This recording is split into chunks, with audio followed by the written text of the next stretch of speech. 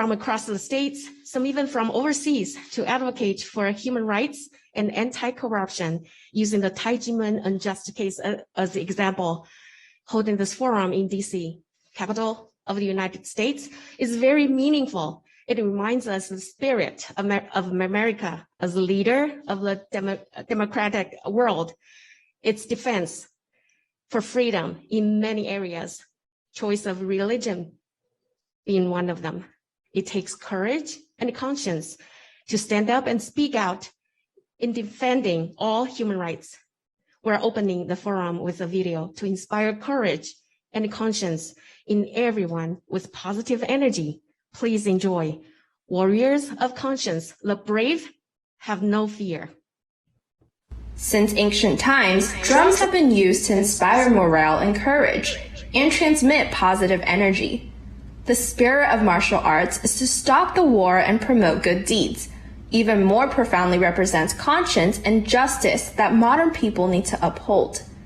Next, the Tai Ji Men performance will integrate new technology with ancient culture to inspire conscience and encourage the world to bravely move forward, to continue to strive for sustainable cycles of virtue in the treacherous times.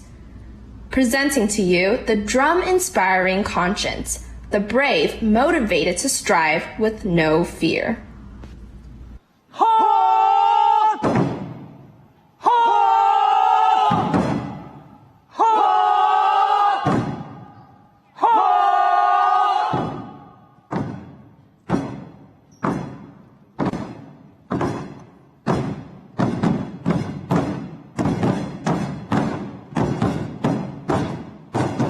The drums commanding the conscientious soldiers.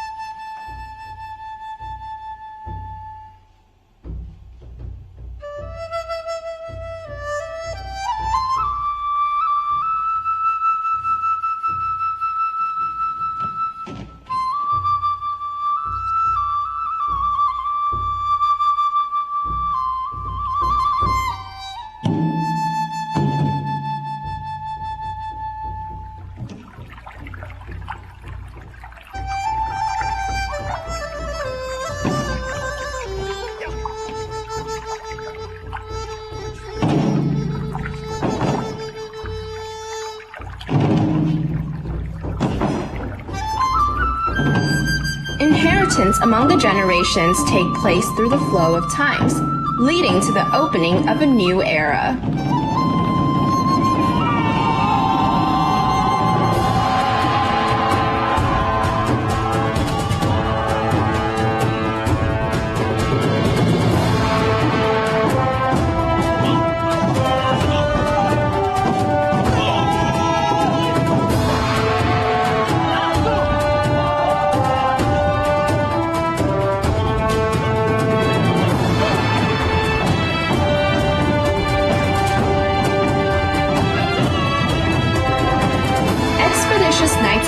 Unite and guard conscience to create a better environment, leading everyone to continue to shine in all fields. Program accepted.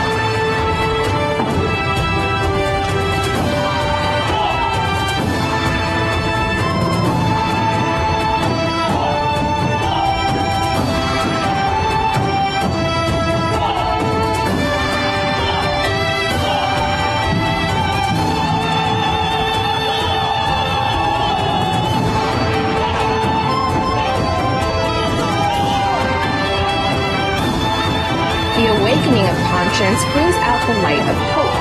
May we unleash our greatest potentials, excel beyond ourselves, and create better and healthier lifestyles for humanity. Tai Ji Men wishes the conference a great success.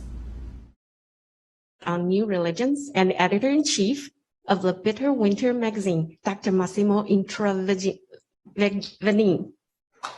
Let's welcome.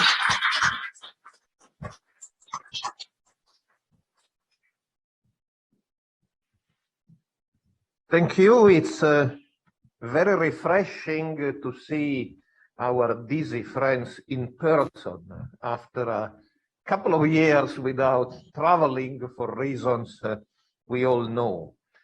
Since we approach the International Day Against Corruption, I would like to reflect on the Tai Ji Men case and the notion of corruptio optimi pessima. This is a Latin expression that means the corruption of what is very good is the worst corruption of all. And I want to mention that there was one European philosopher, the Austrian Ivan Illich. He was a Catholic priest who left the priesthood for political reasons, but remained a Roman Catholic until the end of his life, and somebody I met personally. And for Illich, corruptio optimi pessima was the very center of his philosophy. Interestingly, everybody mentions corruptio optimi pessima, but nobody knows who coined this sentence. Some say it was the Greek philosopher Aristotle, but in fact, we don't find the sentence before Pope Gregory the Great, who died in 604 Christian era. Now, Illich said corruptio optimi pessima is the center of the history of the West, and he wanted to write a great book about it, but never did. And when he died in his office at University of Bremen in Germany on December 2002, he was surrounded by the notes he was taking for this book he never wrote. So Illich's vision of corruptio optimi pessima is both an apology and a criticism of Christianity.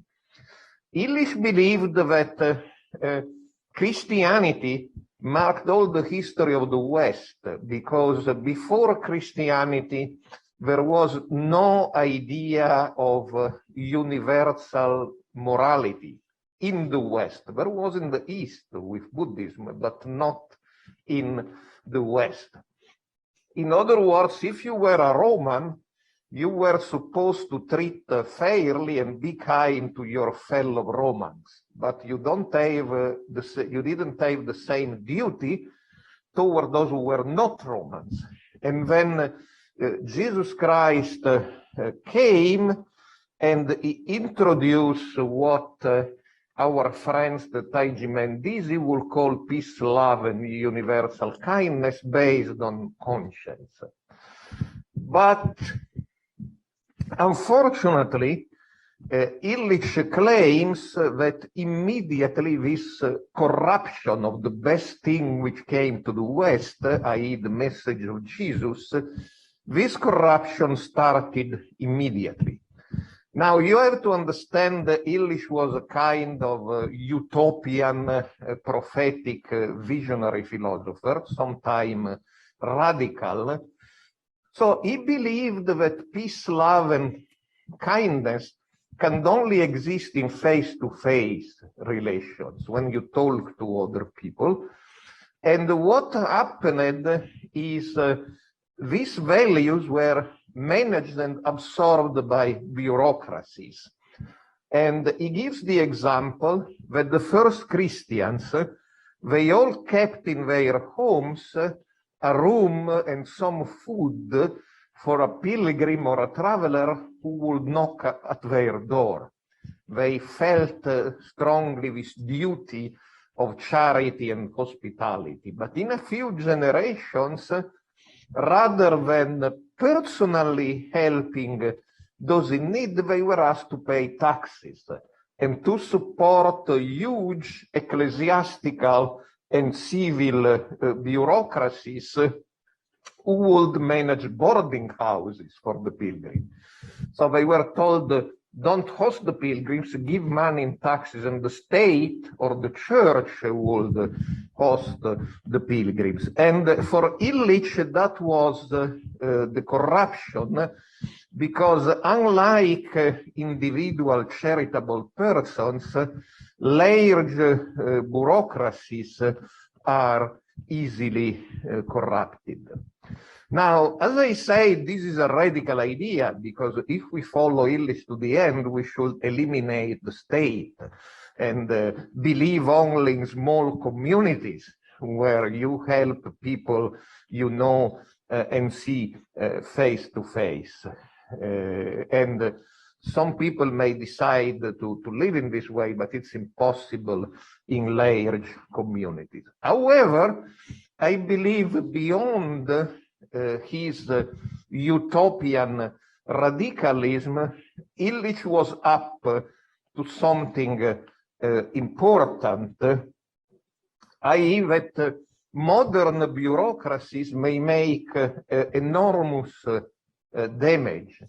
And this is not only, that's the Illich point, it's not only material damage. They may pocket money intended for better things, but it's also spiritual corruption, because they take out of society the supreme values of conscience and love and peace. People no longer believe in these values.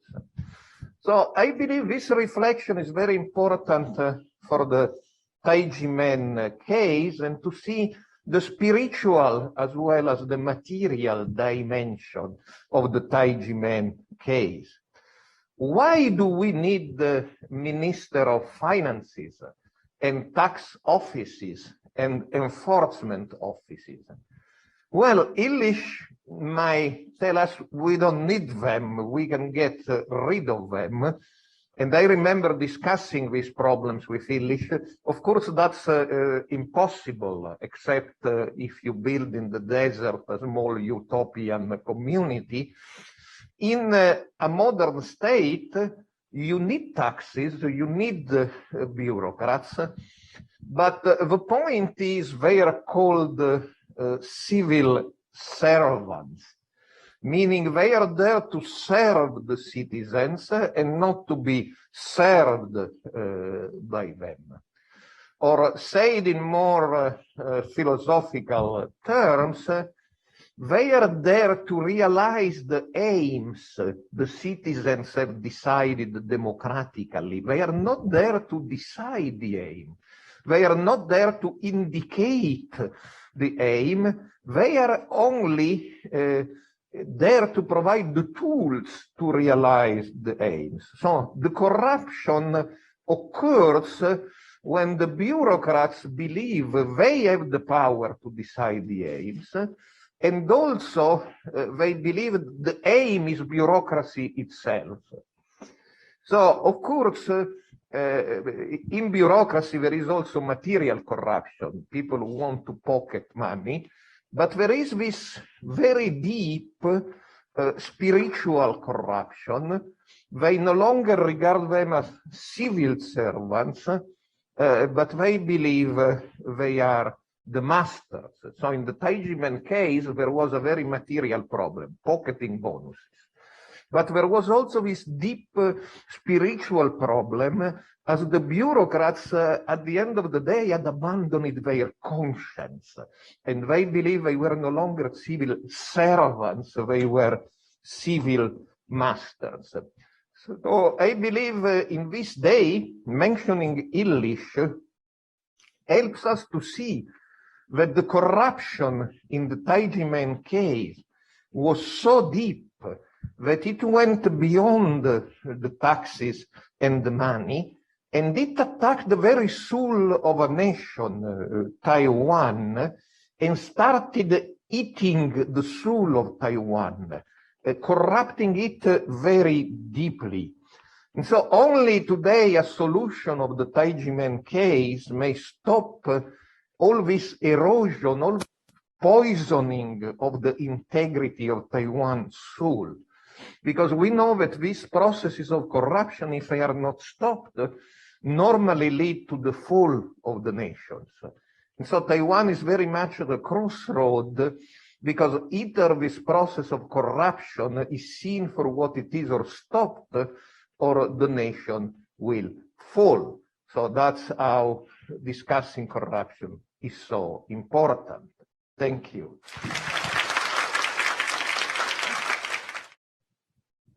Thank you, Dr. Massimo. It's not surprising to know it's hard to define corruption or any concept of that ties with conscience. I remember when the resolution of conscience was proposed to the United States before the IC Day, International Day of Conscience, was assigned for April 5th in 2018. We were sitting in the conference room with all the department leaders, trying to define conscience. And, we had talks for many hours, and we just couldn't define it, because as conscience prevails any rules of law or any regulations in our human world. And only all our actions is depicted by our conscience.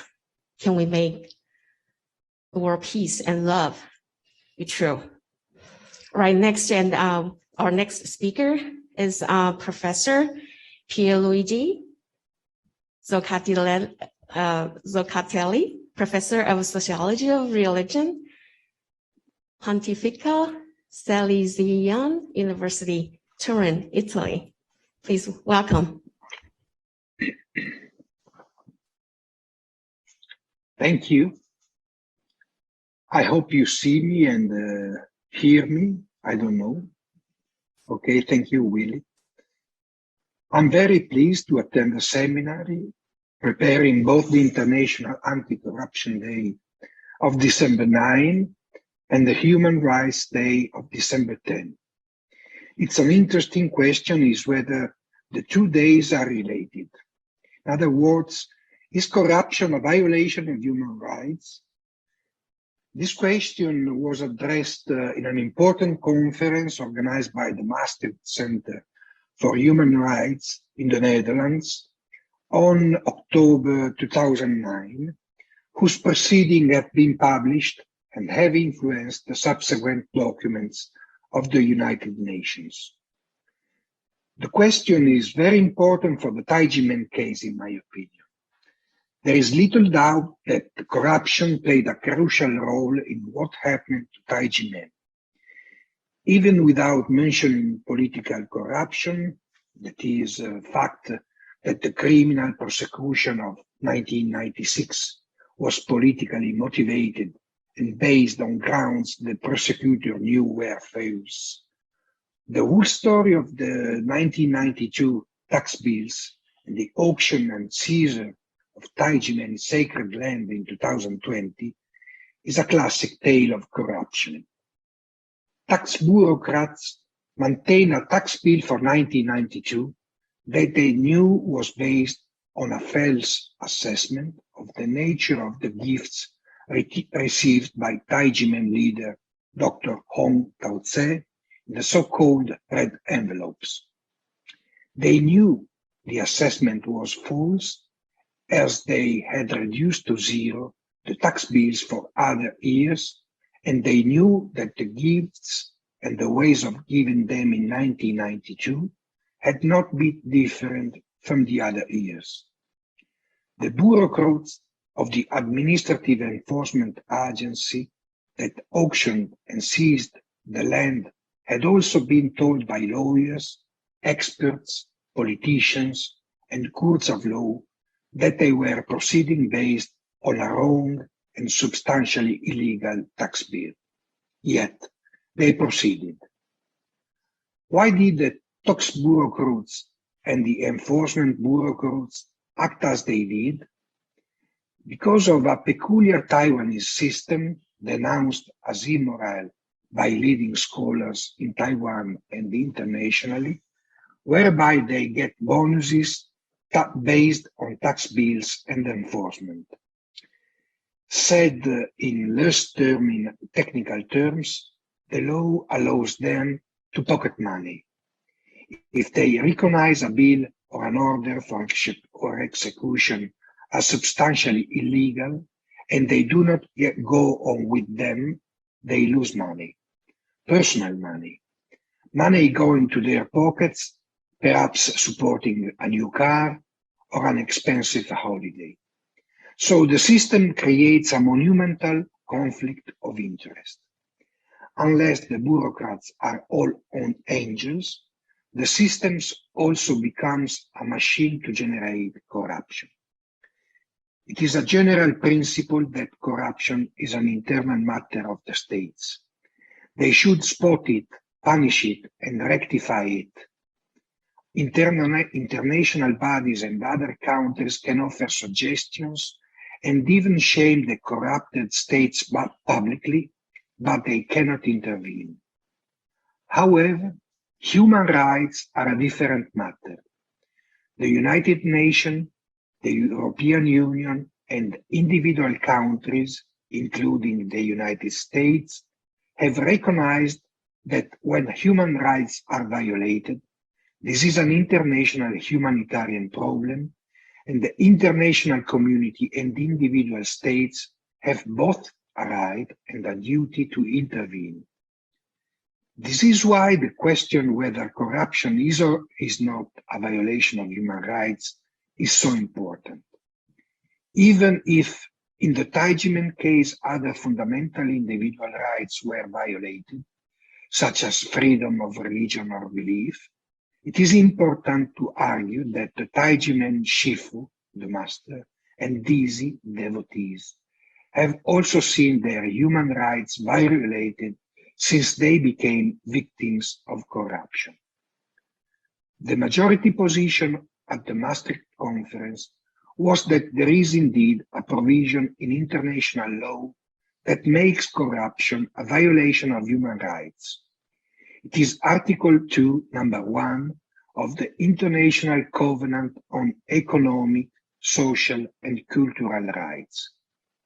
It states that each state party to the present covenant undertake to take steps individually and through international assistance and cooperation, especially economic and technical, to the maximum of its available resources with a view to achieving progressively the full realization of the rights recognized in the present covenant by all appropriate means.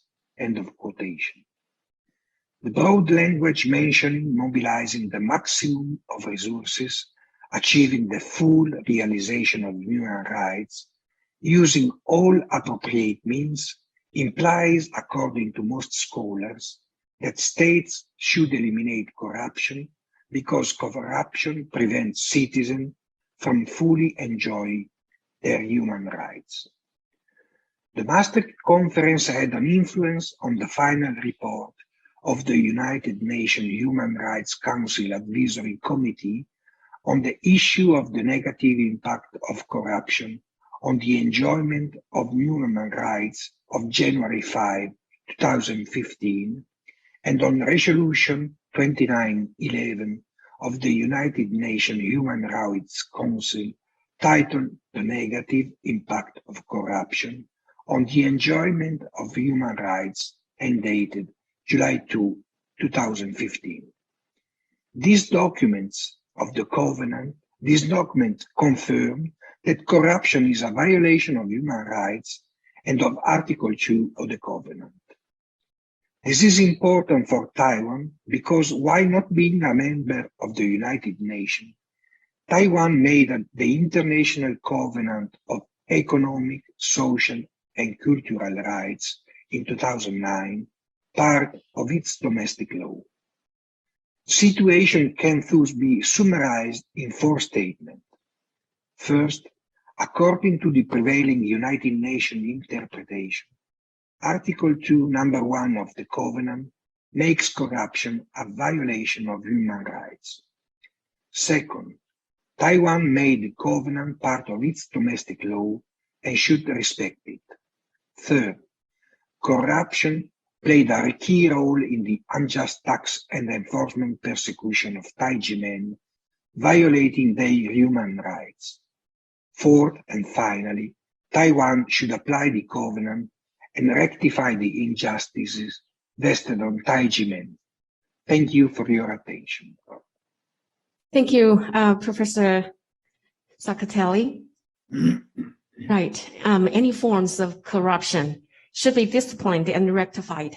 Taiwan's Taxation Bureau officials' corruption imposed upon Tai Ji Men its dizi, persecution of human rights to freedom of religion, and should be rectified. Thank you again. Our next speaker is Mr. Willie Fotel, Director of Co-founder and Thank you for giving me the floor for this important conference about corruption, human rights, and the Tai Ji Men case. My paper will address several issues: the definition of corruption, the negative impact of corruption on human rights, how to combat corruption, and combating corruption related to the case of Tai Ji Men. First surprise is that there is no universally agreed definition of corruption, nor does the UN Convention Against Corruption feature one. According to a definition that is often quoted by civil society and EU institutions, corruption is, and I quote, the abuse of entrusted power for private gain, unquote. Second surprise is that neither international human rights treaties nor the Convention Against Corruption explicitly define corruption as a violation of human rights. Yet interpretations of these legally binding texts, as well as other guiding international documents, increasingly link corruption to human rights. Next point is about the negative impact of corruption on human rights.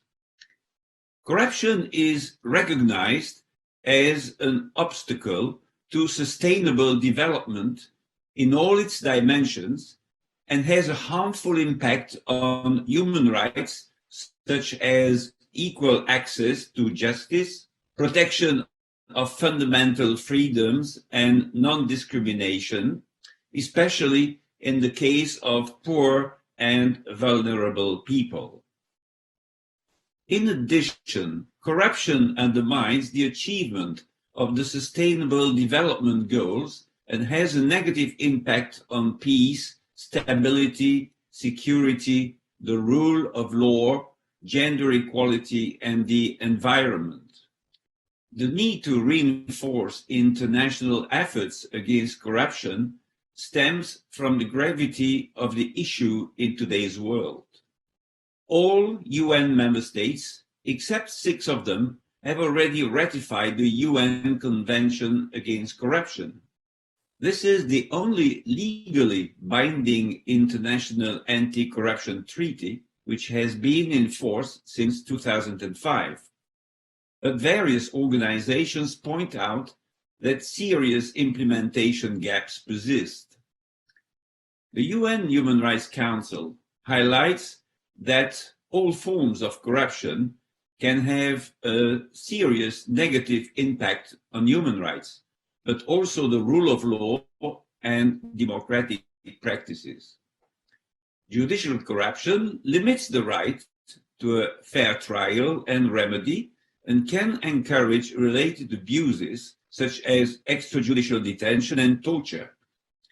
Corruption represents a big obstacle to socio-economic development as it blocks immense resources from being used to promote socio-economic rights, such as the right to an adequate standard of living, education, and health care. Moreover, corruption erodes the quality of governance and public trust. Next point is about how to fight against corruption. In several resolutions on the negative impact of corruption on the enjoyment of human rights, the UN Human Rights Council emphasizes the importance of a preventive approach to corruption with a focus on safeguarding the human rights of vulnerable persons, ensuring a safe and enabling environment for civil society, providing anti-corruption education, and fostering cooperation between national anti-corruption authorities and national human rights institutions. The 2019 Oslo Statement, prepared by over 140 experts, recommended, among other things, that additional research be carried out on the impact of corruption, involving a vast quantity of assets, on global peace and security, human rights, climate, and biodiversity.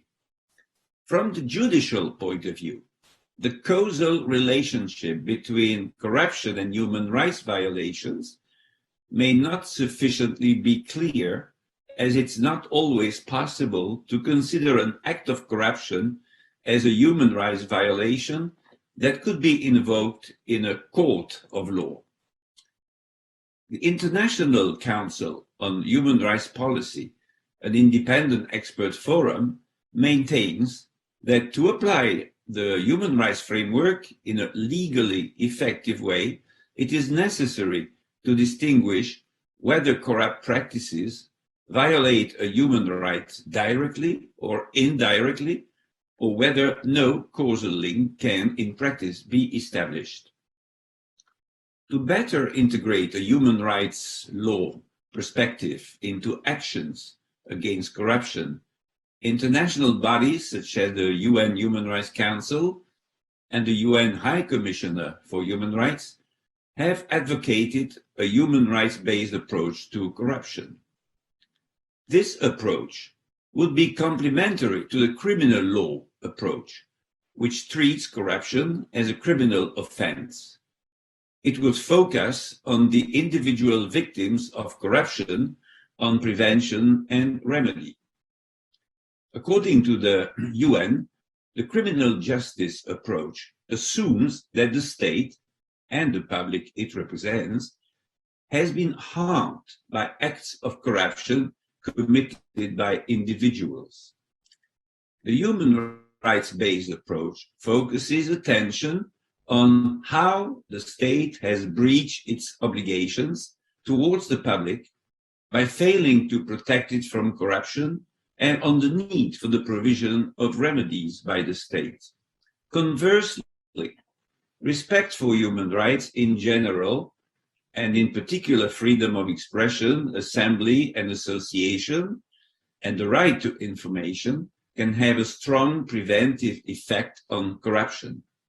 According to the World Bank governance indicators of 2019, countries that perform well with regard to political participation rights, while also ensuring freedom of expression, of association, and of the media, also tend to do well in combating corruption. The next point is about corruption related to the Tai Ji Men case.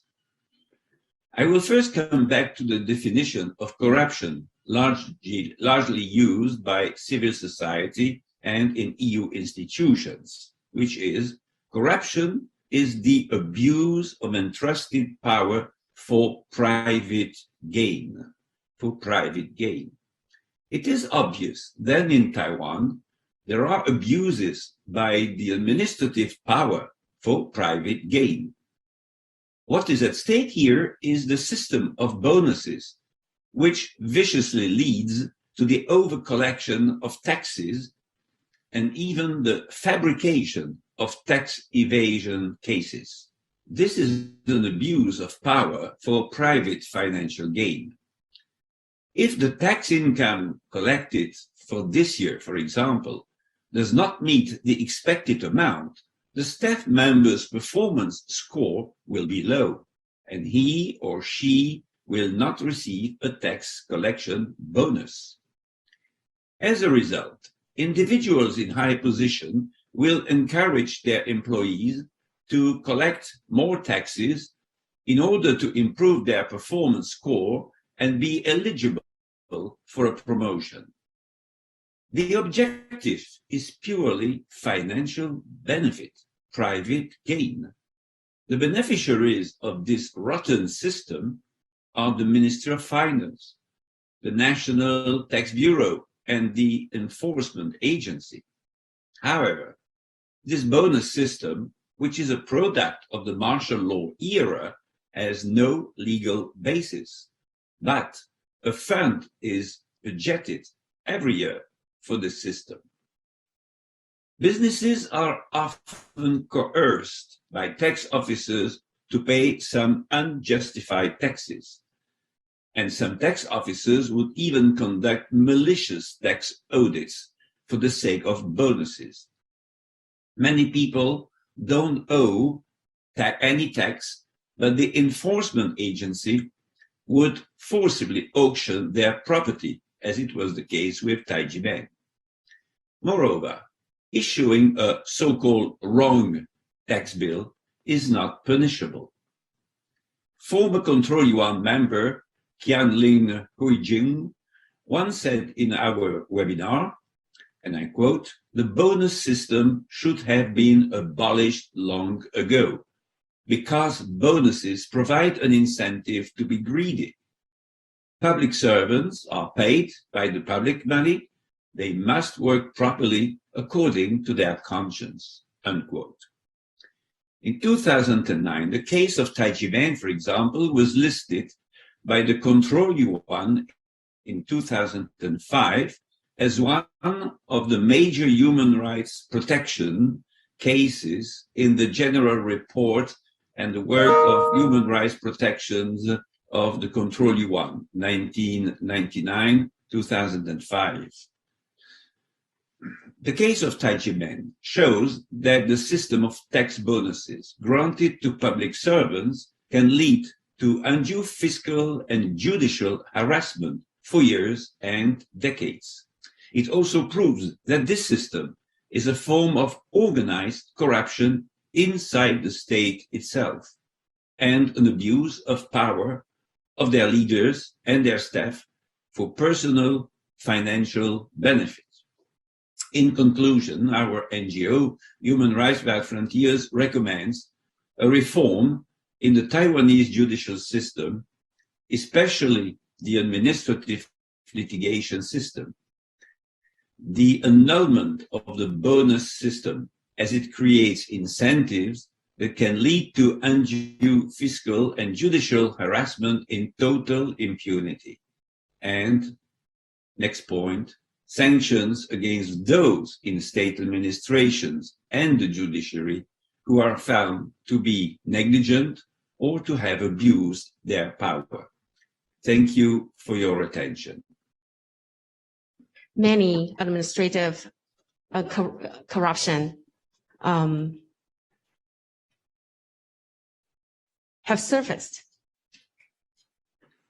And at first, it's Tai Ji Men dizi, who see the faults in the government. But then, over 25 years of persecution and suffering, we have tried to reveal it to the world, to Taiwanese people and to the world. And we're here calling out to Taiwanese government. It's time for a total reform. Hopefully this time you will hear us. And our next speaker is Ms. Camelia Marin, Deputy Director of Soteria International of Denmark. Hello, everyone. And thank you very much for organizing this event. I see it as a source of hope and optimism in solving different issues regarding the human rights and anti-corruption.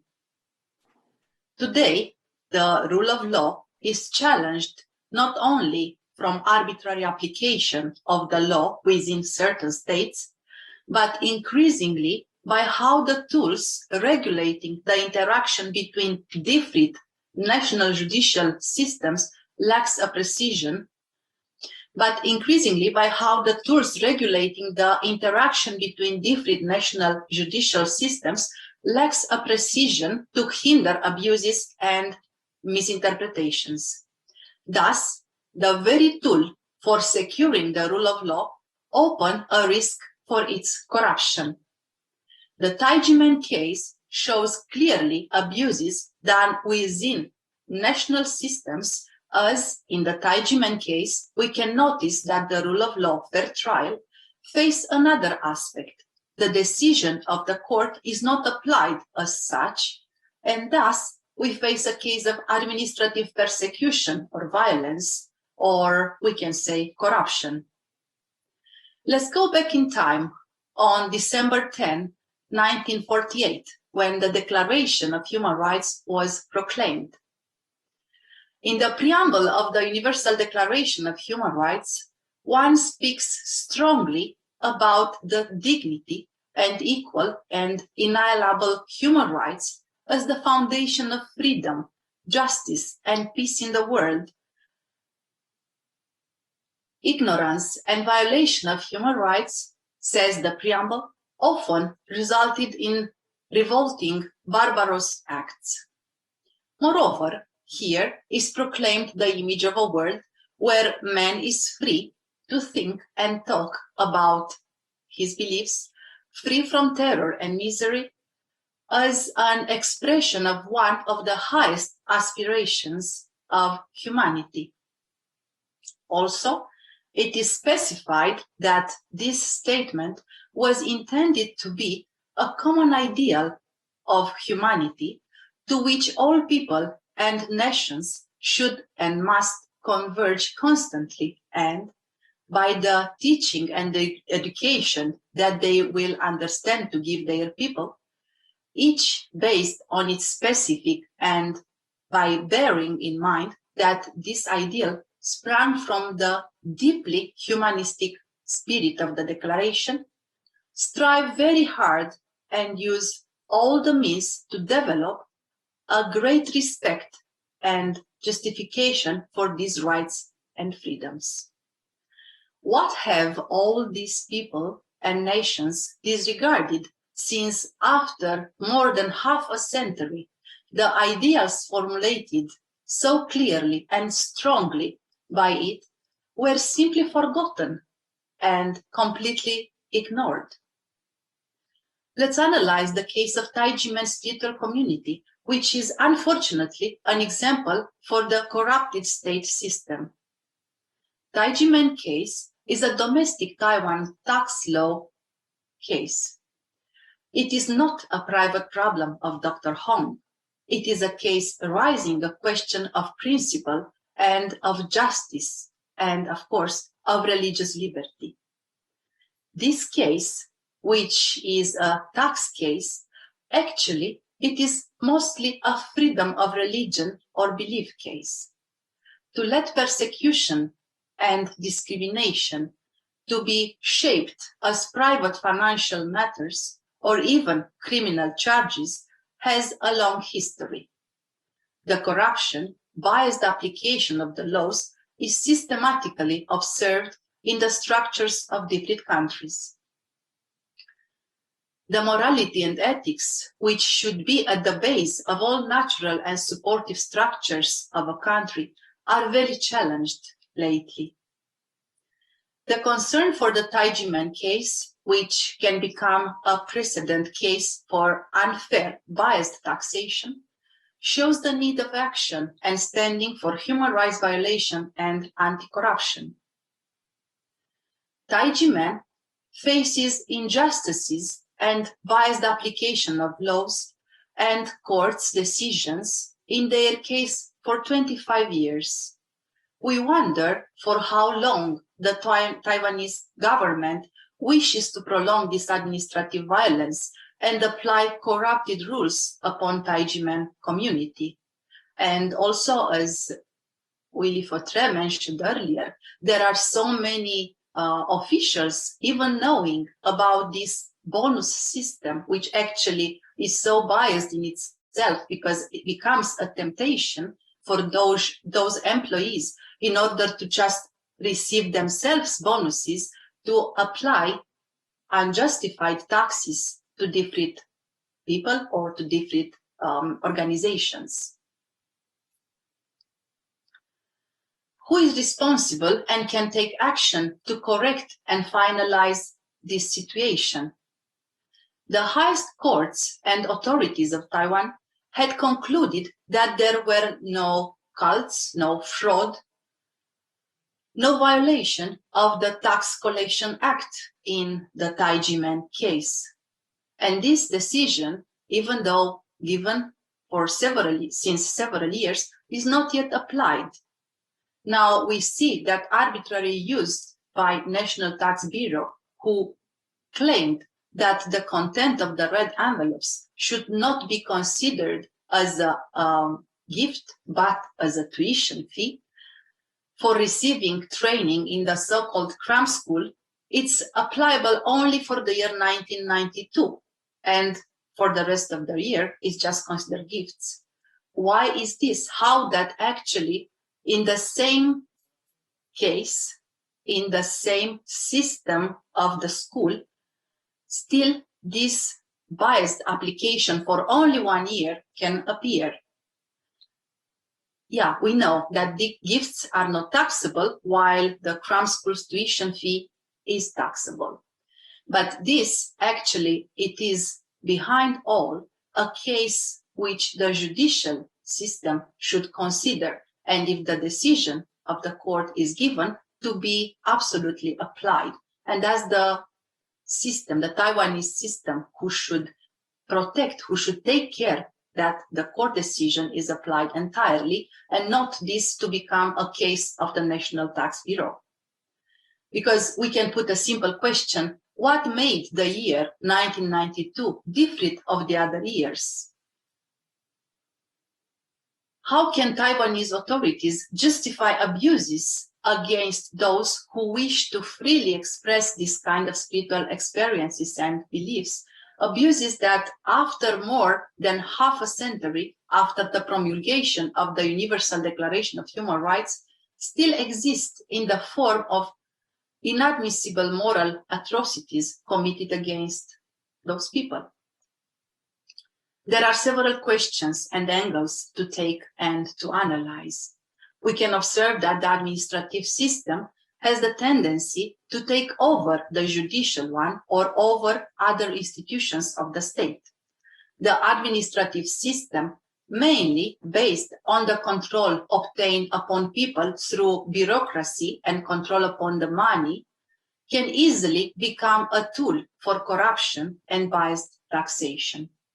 Still, we should never forget that the humanity has higher ideals and goes for morality, for awakening consciousness, and for going on a strong belief. We hope that all these questions to reach those to whom it may concern, and hopefully to see some actions done in order to reestablish the human rights and to clean the tendency of corruption of the institutions of the state. We hope very much that the Taiwanese government will observe, will notice that this case, which is still ongoing after so many years, it's the time to solve it. It's the time to put an end to all the abuses and the morality to prevail upon just administrative issues.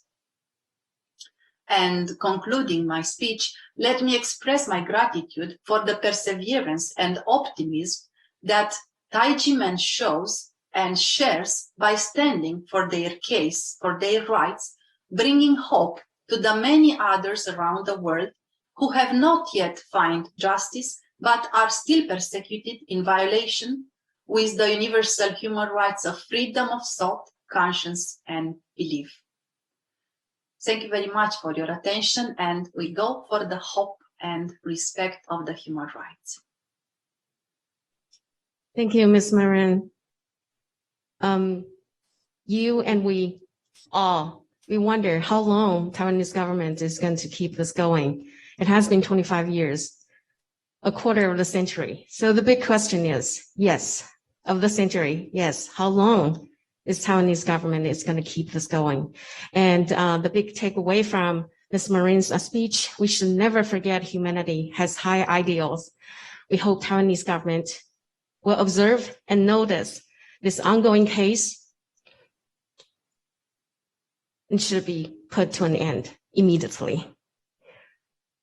Tai Ji Men's persistence brings hope, not just to Tai Ji Men dizi and to others who have been suffering from the persecution from the government. All right, our next speaker is Mr. Alex Amicarelli. He's the president of European Federation for Freedom of Belief. Mr. Amicarelli, you have the floor. Good afternoon from London. It's afternoon here. Good morning and good evening to everyone attending this lovely seminar. Thank you for the very nice presentations which were just made before me. A lot of points were covered. We've been discussing the Tai Ji Men case for a very long time in a number of webinars, seminars, white papers, articles. Now it's time for action, actual action to begin. And I believe this is the day when we are turning to the next chapter.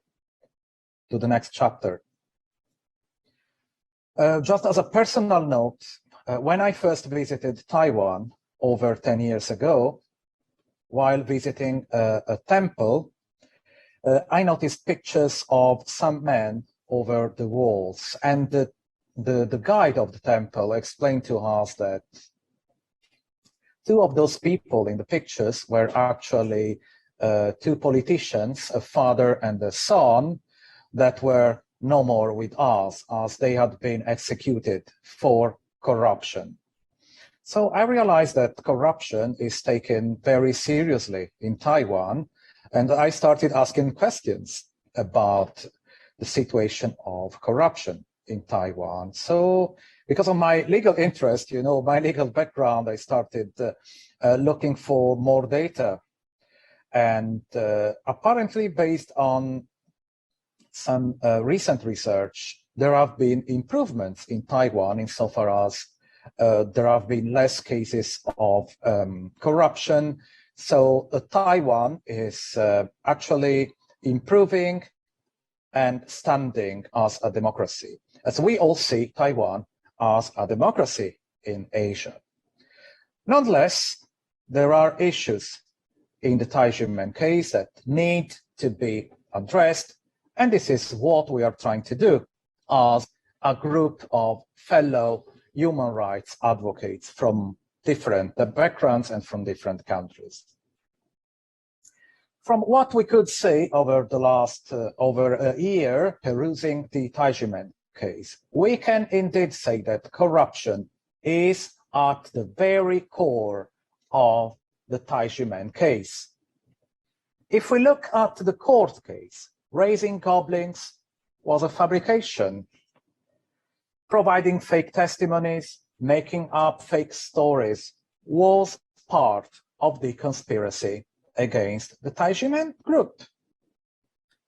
People from Tai Ji Men had suffered the denial of freedom of religion and belief. Yes, they suffered denial of freedom of expression, freedom of assembly, and so on. As the prosecution lasted for 25 years, they also failed to enjoy the right to peaceful use of private property, as a number of properties were seized and confiscated by the national authorities. Personally, while assessing this case, I would say that we can see three different levels, at least three different levels of corruption in the Tai Ji Men case. Of course, the very core of the court case, and specifically the work of the prosecutor, was highly corrupted because of the fake testimonies, the fake accusations, and the made-up stories, as it's been cleared and clarified several times. And because the court case totally cleared any responsibility on the side of Tai Ji Men that are totally innocent. That corruption, that level 1 corruption, has continued so far till today. So this is a case of continued corruption. So we can call this a second level of corruption, which may or may have not connections with the original court case, because what's happening now is something different, not actually related to the court case, which has been concluded in favor of Tai Ji Men, as we all know.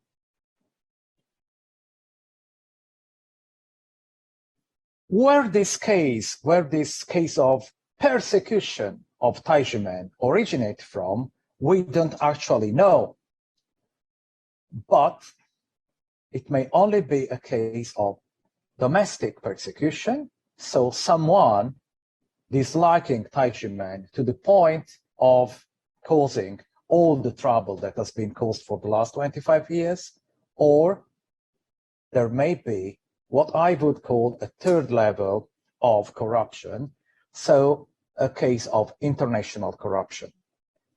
International corruption insofar as there may be other governments involved in the persecution against Tai Ji Men, or if not governments, some agencies of some foreign governments. So governments which are not the Republic of China, Taiwan, but different governments, or international organizations fighting against cults. Because we have to remember that the initial accusation against Tai Ji Men was the typical case of accusation against what they call cults in Europe. The same fabrications that we saw a number of times in Europe and in the so-called West against minority groups accused of being sects or cults. So there may be international influences in the Tai Ji Men case. I don't want to take too much time. So as I said, I see today and the 10th of December as the Human Rights Day, the time to move on and change the story of Tai Ji Men in Taiwan. Now it's time to move from prosecuting the innocents to prosecuting the criminals.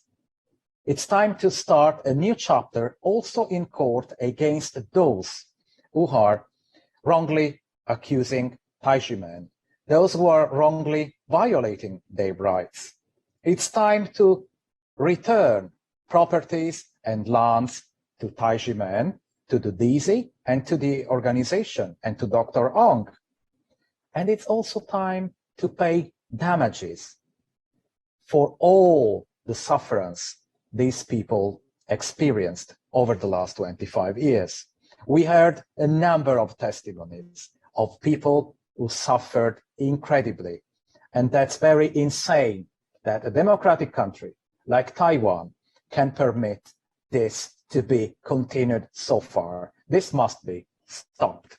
Tai Ji Men must fully enjoy their basic human rights, as again, Taiwan is a democratic country where the rule of law governs the country. Human rights, democracy, rule of law are the basic principles of a democratic society. And we want to believe that Taiwan will encourage the furtherance of these principles in the country, and may the Tai Ji Men case be an example for all other groups that may fully enjoy all their rights. I will stop it here. I know there is a video now, and then we will move on with the second part of the webinar. Thank you very much. Thank you, Mr. Amicarelli. Sorry about my pronunciation. Indeed, it is unacceptable that the made-up evidence and stories have been used in this persecution, and even more ridiculous that it has lasted this long.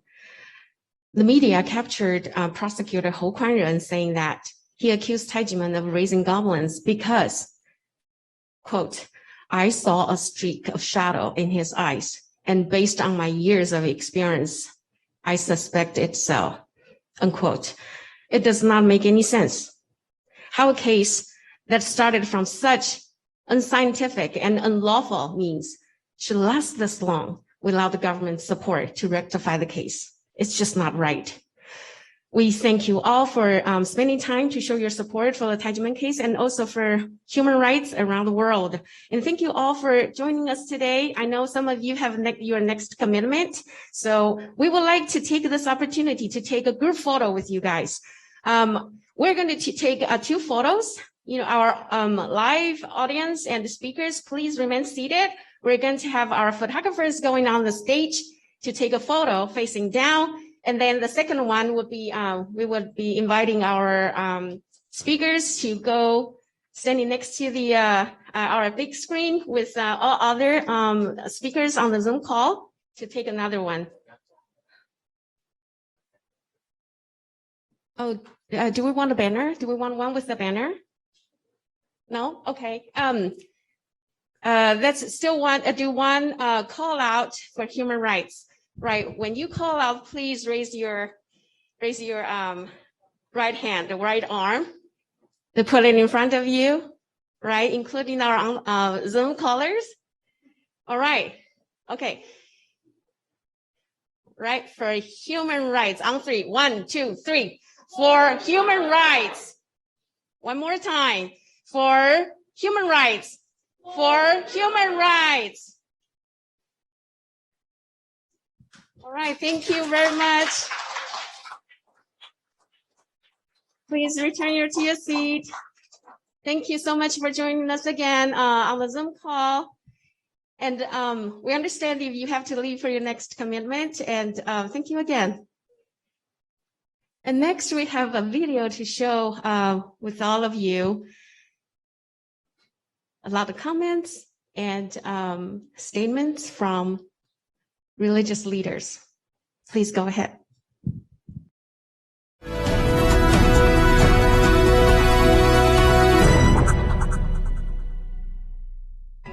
The bell of peace is an auspicious and peaceful bell which resonates with heaven and earth. It's a promise about world love and peace.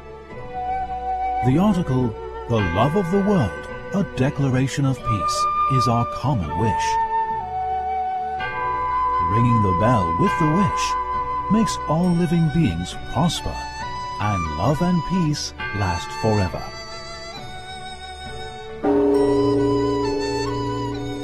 Ringing the bell that saves the world could raise people's awareness.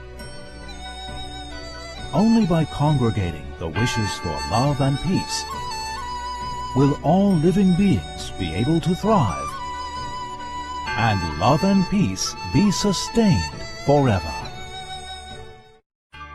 Tai Ji Men is good at both, strengthen the physical health and cultivate the mind.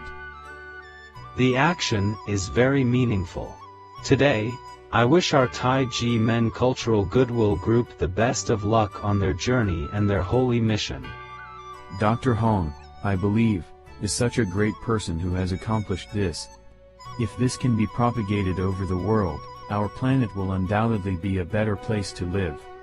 All the participants are very pleased. This is extremely rare. Blessing, the heavens are helping you.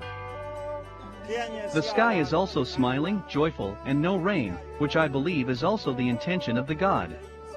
The Tai Ji Men ceremony of praying to heaven for blessings for all, in my opinion, was a very memorable and significant occasion. This is the highest ceremony in the Taoism. So many people came. I can say all religions. Working together for world peace is a manner of caring for the globe, and the Tai Ji Men is well known for it. I sincerely believe that the Tai Ji Men will bring forth happiness, joy, health, and wealth to the 5 billion population in the world. 一心是这快乐之源。掌门人洪道子1999年8月1日演讲致辞于美国旧金山。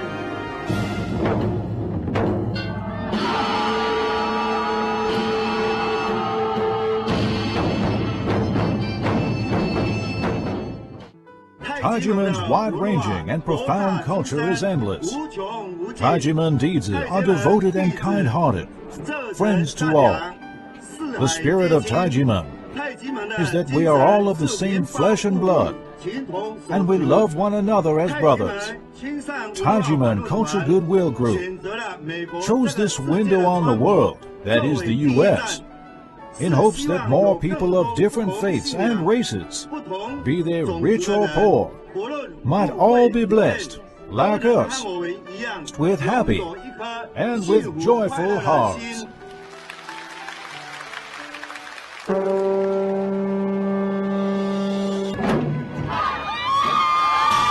Tai Ji Men, and they traveled to America for the very first time to participate in this. And Baron, we've got a bit of a...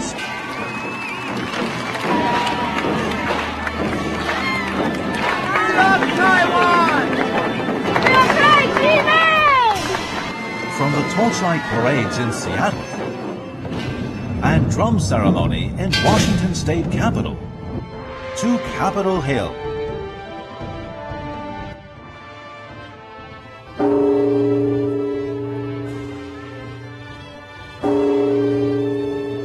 The Mayor of the District of Columbia does hereby proclaim March 22nd, 2000 as Tai Ji Men Qigong Academy Day in Washington, D.C., and we welcome these international ambassadors of peace and goodwill.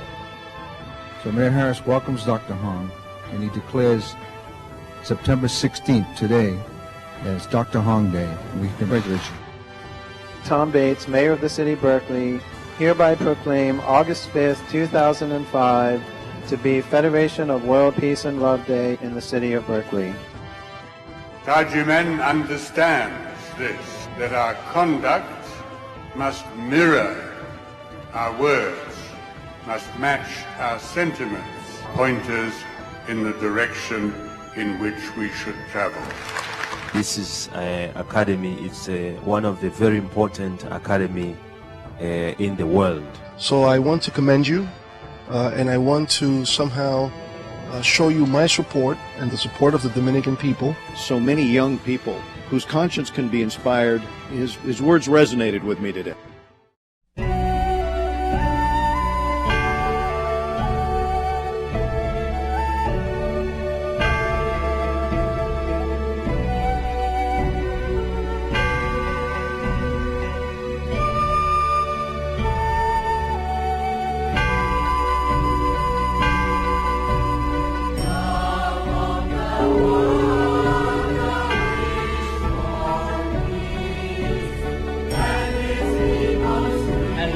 I say, amen.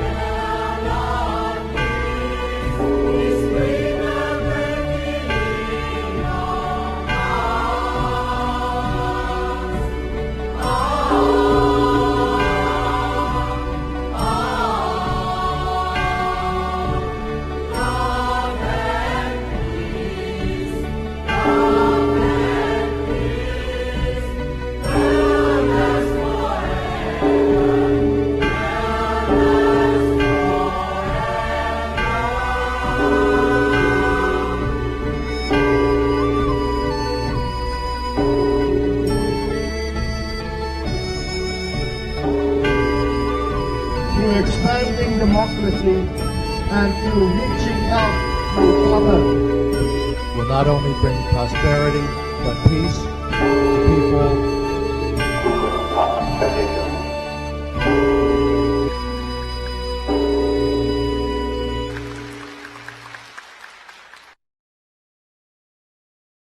Spread the message for world love and peace. Some people have asked us, will ringing the bell really bring peace? We truly believe that the seed can grow into a tree, and trees will grow into a forest. Each time we speak up for justice, we spread a seed of hope. Together, we're fostering a beautiful forest of hope. So let's continue our great works together. For today's event, we also have invited our Tai Ji Men dizi to share their personal accounts and perspectives. Please join me in welcoming the first group of speakers to the stage.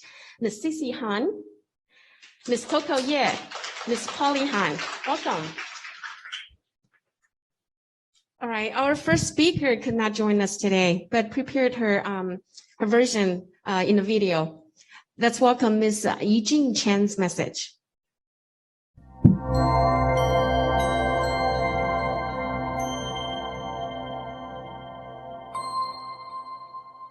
Distinguished and honored guests, good day. My name is Yijing Chen, a Tai Ji Men dizi. I'm honored here as a world citizen with freedom of speech to share my understanding of human rights. The topic of my sharing today is Tai Ji Men and the Tai Ji Men case, politics versus the spiritual minorities. I live in Taiwan. I would like to discuss more about this issue for people to understand about Taiwan, Tai Ji Men, and its contribution to the world, and the Tai Ji Men case, the 25-year wrongful persecution and illegal taxation of Tai Ji Men by the Taiwan government. Tai Ji Men is an ancient men pai, similar to school of Qigong, martial arts, and self-cultivation, an international non-profit culture and spiritual organization. The culture of Tai Ji Men is deeply rooted in Tao wisdom. In response to a calling to bring both physical and spiritual health to modern society, the contemporary Zhang Menren, Great Master of Tai Ji Men, Dr. Hong Daozi, established the Tai Ji Men Qigong Academy in 1966 and successively founded the academies in both Taiwan and the United States. Tai Ji Men's action and mission is to promote a cultural conscience for love and peace in the world. In 2014, Tai Ji Men Qigong Academy, the Association of World Citizens, AWC, and the Federation of World Peace and Love for Power jointly launched the global movement of an era of conscience. So the initiator of the movement, Dr. Hong Daozi, Zhang Menren of Tai Ji Men, and the president of For Power stated, kind intentions and a good heart are the positive energies necessary to safeguard the Earth's sustainable development. In February 2019, Dr. Hong and the members of For Power launched a global endorsement campaign for the declaration of International Day of Conscience at the United Nations in New York City. The initiative was then praised by Office of the United Nations and heads of states of several countries, and eventually led the UN proclaim April 5th as the International Day of Conscience, the 166th UN Day. Now, let's take a look at the video of the 2019 International Day of Conscience forums organized at the United Nations headquarters in Vienna. For Power firmly believes that conscience is the wellspring of love and peace. It is a great pleasure for Bahrain to be able to organize with the Federation of World Peace and Love the International Day of Conscience. Establishing an International Day of Conscience is timely at this juncture in world history.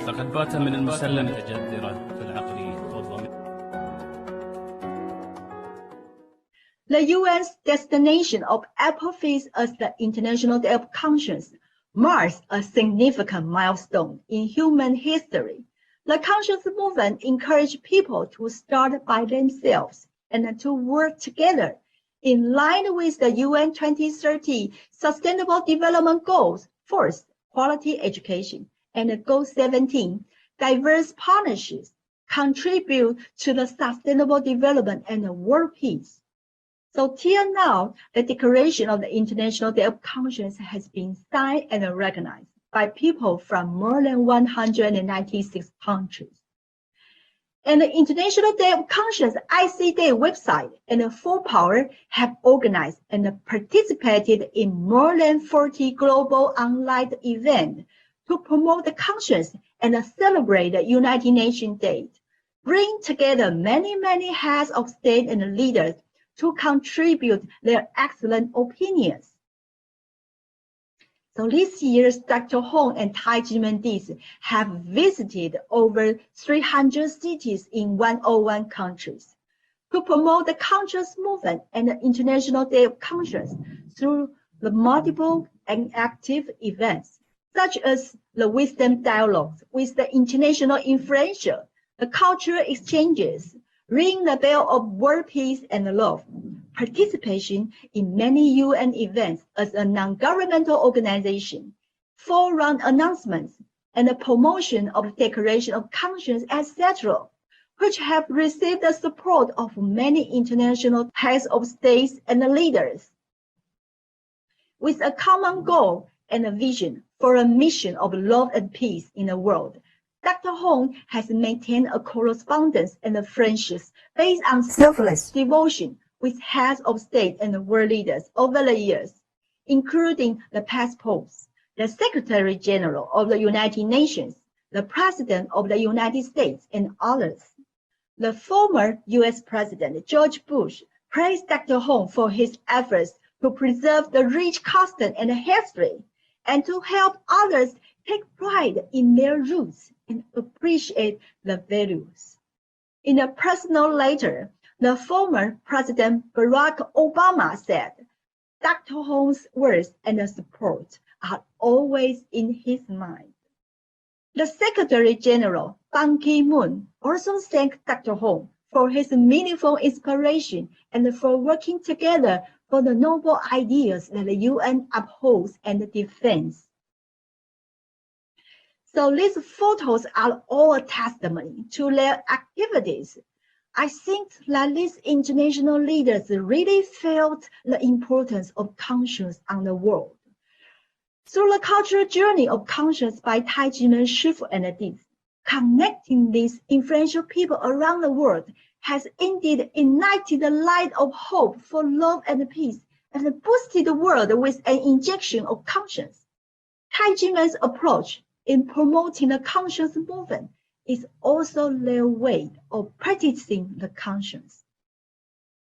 However, it is undeniable that in a turbulent international situation now, people's rights are extremely vulnerable, even in democratic countries. While Tai Ji Men, Shifu, and dizi are committed to love and peace, they are also suffering from the 25-year-long human rights persecution involving the legal and tax violence and the violence of the freedom of religion or belief. Taiwan is known as the country of democracy and freedom in Asia. So this is really quite ironic and unbelievable. The Tai Ji Men case has been just discussed at the side event of the International Religious Freedom Summit in Washington, D.C. in July. The Ambassador Sam Brownback and Dr. Katrina Lentil-Sweet, the co-chairs of the IRF Summit in 2021, both expressed their concerns about the Tai Ji Men case. Since the Tai Ji Men case reveals a clear international trend and a message that the government persecution on minority spiritual and religious groups for infringing on their properties may occur anywhere, even in the democratic countries. On July 13, 2007, the Taiwan Supreme Court found Tai Ji Men not guilty of fraud, not tax evasion, or violation of the tax codes. The Supreme Court also determined that the red envelopes given by their disciple to Shifu were hongbao, monetary gifts by nature, and they were tax-free income under the income tax in Taiwan. However, the National Tax Bureau, NTB, neglected the decision by criminal court and continued to issue the illegal tax bill, leading to the illegal auction and confiscation of sacred land belonging to Dr. Hong and Tai Ji Men by the Taiwan government in August 2020.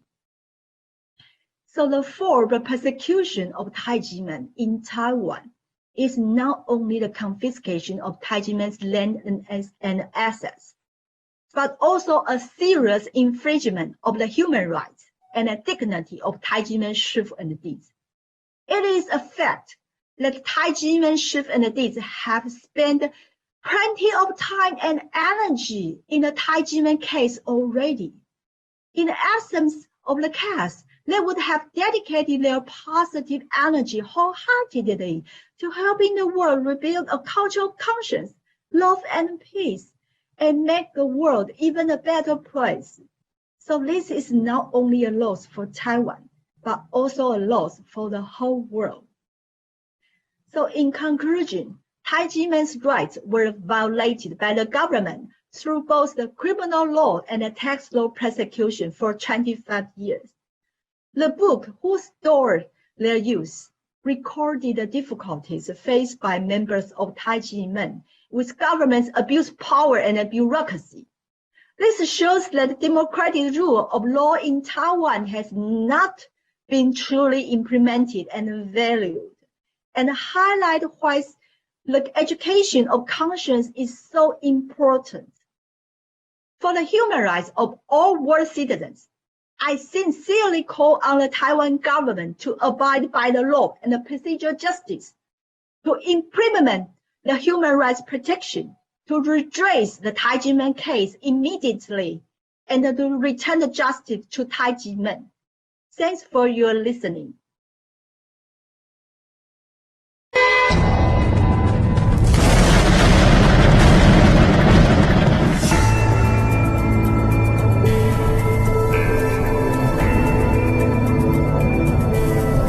The auction process has been legally concluded.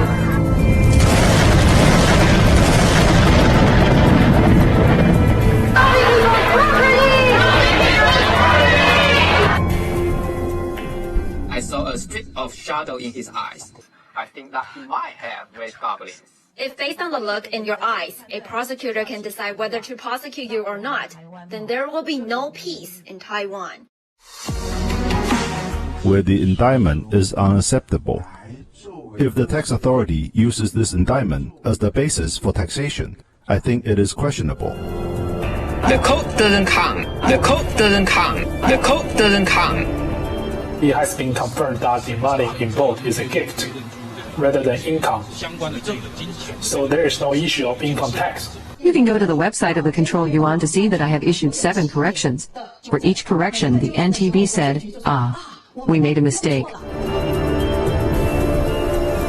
Tai Ji Men once again won the case. Even the Control Yuan decided that Tai Ji Men is innocent. I can't think of any other course of action in our country's legal system can be taken to solve the case. The administrative agencies exercise administrative discretion. They have to ensure that people's human rights on taxation are protected. The whole judicial system has proved Tai Ji Men innocent. There's no way the investigation by the tax agencies is clearer than that by the judicial department. Has wasted too much time and resource. This is very serious, and it has shaken the 5 branches of government and the foundation of the nation. Calling on the Taxation Bureau to revoke its illegal tax bills. You just ignore them. Hey, you think you're above us? You ignore the courts, the Control Yuan, and even the Legislative Yuan. You really think you're the boss?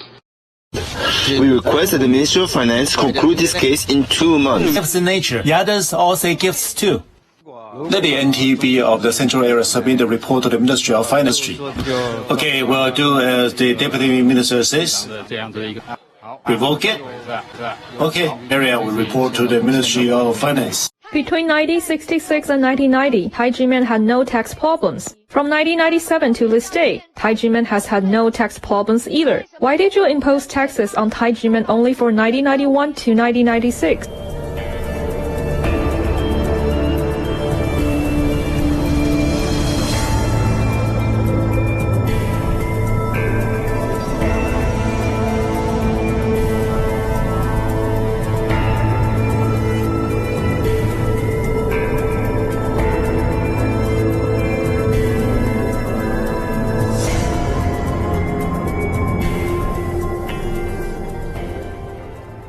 Thousands of people surround the auction site in Miaoli. The people still sat and wait to defend the land. The Tai Ji Men case, in which over 10,000 people have been victimized, has lasted for 24 years. But the enforcement agency still wanted to auction the land of Tai Ji Men to pay back a wrong tax bill when Tai Ji Men was found not guilty of tax evasion by the court 13 years ago. Since it is a problematic judgment, the enforcement agency should not have executed it. So why did they execute it? Why? It's a question of bonuses. When the Tai Ji Men case was handled like this, will ordinary people encounter the same problem? Definitely.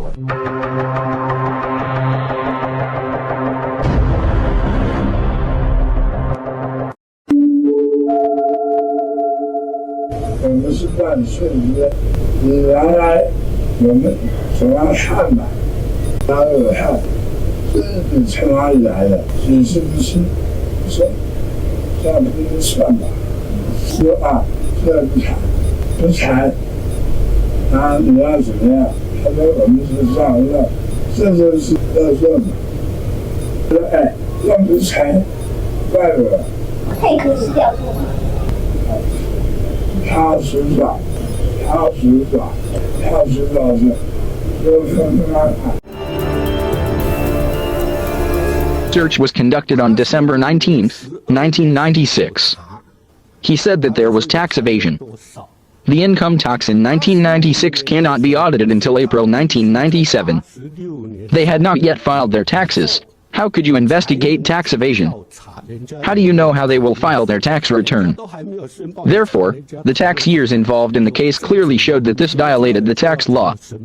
During the search on December 19, 1996, 2 bank statements show the balance of $22,000. However, the next day, a newspaper published that the master of Tai Ji Men had $110 million income from fraudulent acts and cram school tuition.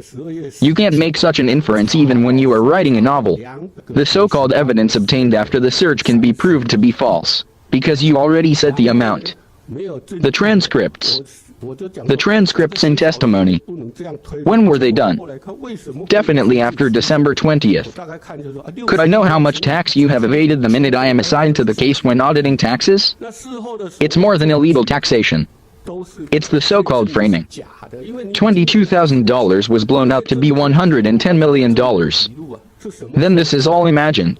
It's very clear in the Tai Ji Men tax case that the tax officers and Taxation Bureau imposed illegal taxes. Imposing taxes based on imaginary data is absolutely against the principle that taxes should be imposed according to the law.